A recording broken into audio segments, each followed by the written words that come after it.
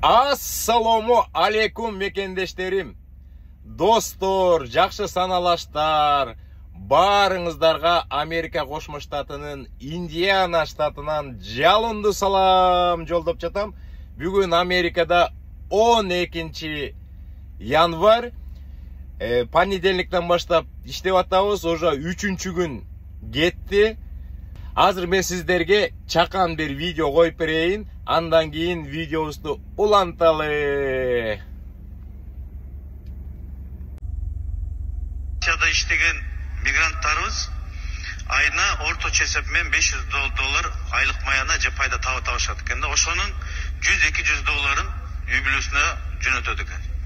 Ал эми Америка Кошмо Штаттарында иштеп аткан биздин мигранттар в основном таксовать кылышат экен, жанагындай фура айдашат экен, трак айдашат экен. $10,000 $30,000 чейин пайда табышат экен. Мына ушунун үстүндө иштешибиз керек. Америка Кошмо Штаттары менен келишим түзүш керек. Же сураныш керек посольствосунан. 2-3 компанияга бизге уруксат бергиле. Биз бул жакта ошол трак айдаган айдоочуларды англис тилине Американын мыйзамдарына үйрөтүп, бир лицензия берип, Америкага апарып иштеткени бизге бир мүмкүнчүлүк бере турган болсо, биздин мигранттардын жашоосун биз оңдомокпуз. Америкада иштеген ушу трак айдагандар эле бир айлды бабага ачат. Биз мындай Россия менен мамилебиз жакшы, сыйлайбыз, эч качан эме кылбайбыз, бирок көбүрөөк пайда табуунун жолундагы үйрөнүшүбүз керек. Биздин мигранттарды эгер биз ошол Америка Кошмо Штаттары бизди колдоп бере турган болсо, 2-3 компанияга уруксат бере турган болсо, ушу мигранттарды жөнөткөнү бул жактан окутуп, үйрөтүп, Америкада мага келген маалымат боюнча трак айдаган эле 100,000 айдоочу дефицит экен, жетишпейт экен. 100,000 айдоочу. Мына канча деген биздин кыргыздарыбыз Америкага барып иштеп калса, биздин экономикабызды көтөрмөк, өздөрүнүн үй бүлөсүн бакмак, айылына инвестиция кылмак. Ушул багытта бир иштер жүрүп атабы? Жооп бериңиздерчи. Туура айттыңыз. Бүгүнкү күндө биз өнүккөн өлкөлөр менен дагы иш кылып атабыз. Мисалы, азыркы учурда Түштүк Корея менен абдан жакшы иш кылып атабыз. Мурун Түштүк Кореяга 500 чейин биздин жандарыбыз бир жылдын ичинде чыкса, бүгүнкү күндө уже 2,000 уже ашып калышты. Анан сырткары болсо, өзүңүз билесиз, биз өткөн жылы биринчи жолу Англияга биздин жандарды жиберген болчубуз. Алар болсо азырынча биринчи кадам катары барып, мынакей кара жумушта иштеп атышат. Карамечи совхоз жумушта. Бирок ошонун негизинде биз дагы мындай оюбуз бар, что акырындап биз мындай сапаттарын жакшыраак жумуштарга аларды жөнөтөбүз.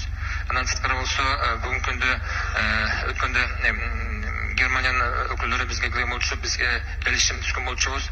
Азыр болсо 300 мед айымдарды биз даярдап атабыз. Биринчи иретте тил керек экен, немис тилде болсо, анан кийин партия деп мынакей ушул жылдан баштап биз Германияга жиберебиз. Негизи бүгүнкү күндө биздин өлкөбүздө 112 частный агентство занятости бар. Алар болсо иш кылып атат. Америка болсо Кавказ морка жаңа жылдын астында мага дагы бир-эки ушундай биздин жандар келген болчу. Америкада барып, 10 жылдай ошол эклер менен ошондо иштеп келгендерчи. Ушундай сунуштар айткан болчу да, азыр болсо биз ошонун үстүндө иштеп атабыз. Негизи жыйынтык чыксын, анан кийин мына маалыматын берем. Урматтуу министр, мен айтканым мына жакшы иштеп атасыздар. Мына Корея менен, Европа менен, Англия менен, бирок айлык маянасын эсептеп көрсөңүздөр, ошол эле трак айдагандар Европада 1,5 евро, эң көп тапканы 2,000 евро экен. 2,5 табышы мүмкүн. Ал эми Америкадагылар иштебеди деген жалкоосу $10,000 таап атат. Жакшы иштейм, мен үй бүлөм багам деген $30,000 таап атат. Элестетип атасыздар канчалык айырмачылык чоң. Урматтуу министр, миграция службасы иштеңиздер, посольстводан сурангыла, Американын бийлигине кайрылгыла, керек болсо мына биз кайрылайлы, кандай мыйзам, эмне келишим керек болсо биз колдоп берели. Ушунун үстүндө иштейличи. Рахмат. Достор, азыркы мен коюп берген видеону шашпай, кунт коюп уктуңуздар болуш керек, көрдүңүздөр болуш керек. Азыркы депутатка абдан чоң рахмат. Миграция министрине абдан жакшынакай ойлорун айтып жатат. Азыркы депутат айткан ойду мен 1,5 жылдан бери какшап күн сайын айтып атам достор. Америка менен башка өлкөнү салыштырып болбойт. Акча майнасын. Биз Америкага эмне үчүн келгиле деп атабыз?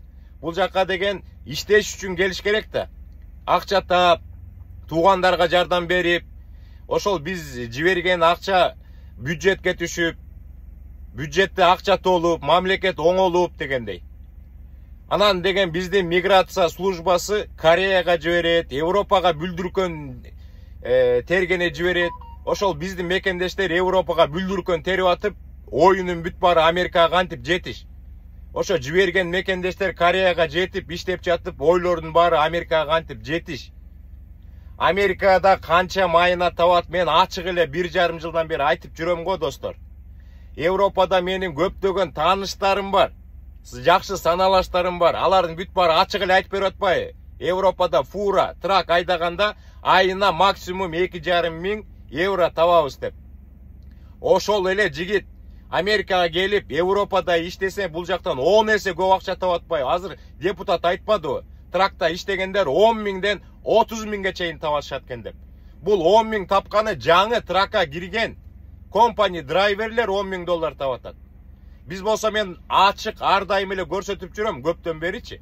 Жакшы сезон учурунда биз 25-30 миң долларга чейин деле таап коебуз. Азыр Украина согушу башталганга баягы шарт кичине ылдыйлап, жумуштар кичине, груздардын баасы ылдыйлап, достор. Мен ачык эле өткөндө бир видео чыгарбадымбы? 1 ай толук иштедим, мына 15 миң доллар таптык деп. Америка ошон үчүн мен чакырып атпаймынбы? Бардык нерсени көрүп туруп. Мамлекет эч качан элдерди бакпайт. Элдерге жөн эле жакшы шарттарды түзүп бериш керек. Эл өзүн өзү эле багат, достор. Анан ошол шартты түзүп бербейби? Американын чоңдору менен сүйлөшүп, договорлошуп, биздин кичинекей мамлекетке жардам бергиле, мекендештерибиз барсын, ошол жактан иштесин. Ой, бизге деген силердин паспортуңардын деле кереги жок, гражданствоңардын кереги деле жок. Биздин барган мекендештерге 10 жыл иштегенге уруксат бергиле. Разрешение на работасын бергиле, бүт документин бергиле, коюп иштеп берет. Силердин экономикага жардам берет. Ошол салган акчалары бизге келет, Кыргызстанга. Анан биздин да экономика көтөрүлөт деп сүйлөш керек да, достор. Өткөндө миграция министрлигинин бир сотрудниги барып атат депутаттардын астына. Анан депутаттар сурап атат. Ошол биздин мигранттар жылына канча акча салат? Европадагы, Россиядагы, Америкадагы дүйнөнү кыдырып жүргөн мигранттарыбыз канча акча салат десе билбейт эчтеке. Бир тиын чейин билиш керек да. Миграцияда иштеген киши. А миграцияда иштеген киши билбейт. Эч качан мигрант болуп көргөн эмес. Кызыкпайт. Мигранттарга жардам берейин деген ою жок. Жанагы миграцияга деген ошондой кишилерди коюш керек да. Мурда мигрант болгон, мигранттарга жардам берем деген ою бар. Ах, чиркин жашоо, достор. Ошон үчүн деген мамлекет сиздерге шарт түзбөсө өзүңүздөр эле аракет кылып Америкага келиңиздер. Мен ар дайым айтам, 1,5 жылдан бери айтып атам, ар дайым бата берип келип атабыз. Америкага келиңиздер. Өзүбүздүн турмушту өзүбүз оңдойлу, достор. Ушундай чакан видео болуп калды. Бакылдап койсом кечирип коюңуздар. Баарыңыздарга Америкадан чоң жалындуу салам. Мына мен деген уже 4-күн иштеп атам. Уже 4 күндө 4 груз ташып койдук. Мына 4 мен деген 4-күн бүгүн бир грузду алам, бирок баасын биле элекмин. 3 күндө 3 груз ташыдым. Ошондо пайдасы эмес, общий груз 5 миң доллар болду, достор. Ошон үчүн Америкага келиңиздер. Өзүбүздүн турмушка өзүбүз ээлик кылалы дагы, бутубузга туралы чогуу.